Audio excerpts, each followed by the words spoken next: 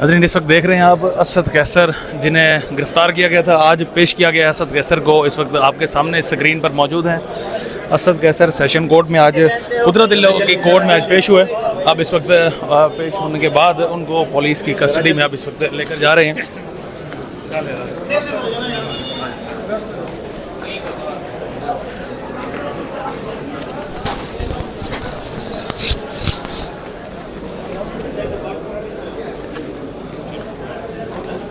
आप इसको वकास भी नीचे असद कैसर साहब इस वक्त आपके सामने नाज़रीन आज उनको लाया गया।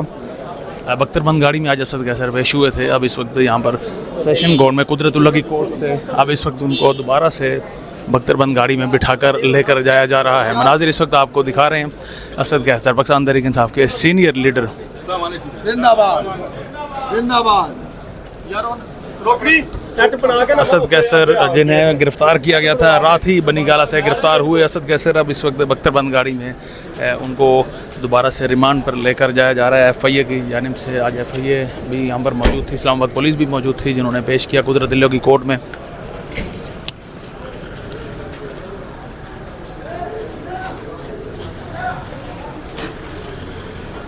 नाज़रीन इस वक्त आपको दिखा रहे हैं नाज़रीन असद कैसर पाकिस्तान तहरीक इंसाफ के रहनुमा थे। पाकिस्तान तहरीक इंसाफ बारहा ये कह रही है कि उन्हें लेवल प्लेइंग फील्ड नहीं दी जा रही। उसकी बाद मिसाल आपके इस वक्त सामने है। असद कैसर जिन्हें आज पेश किया गया था कुदरतुल्लाह की कोर्ट में, कल ही गिरफ़्तार हुए। एंटी करप्शन की टीम ने उन्हें गिरफ़्तार किया और बख्तरबंद गाड़ी में उन्हें सेशन कोर्ट में लाया गया। अब बख्तरबंद गाड़ी में उन्हें दोबारा से वापस इस वक्त लेकर जा रहे हैं।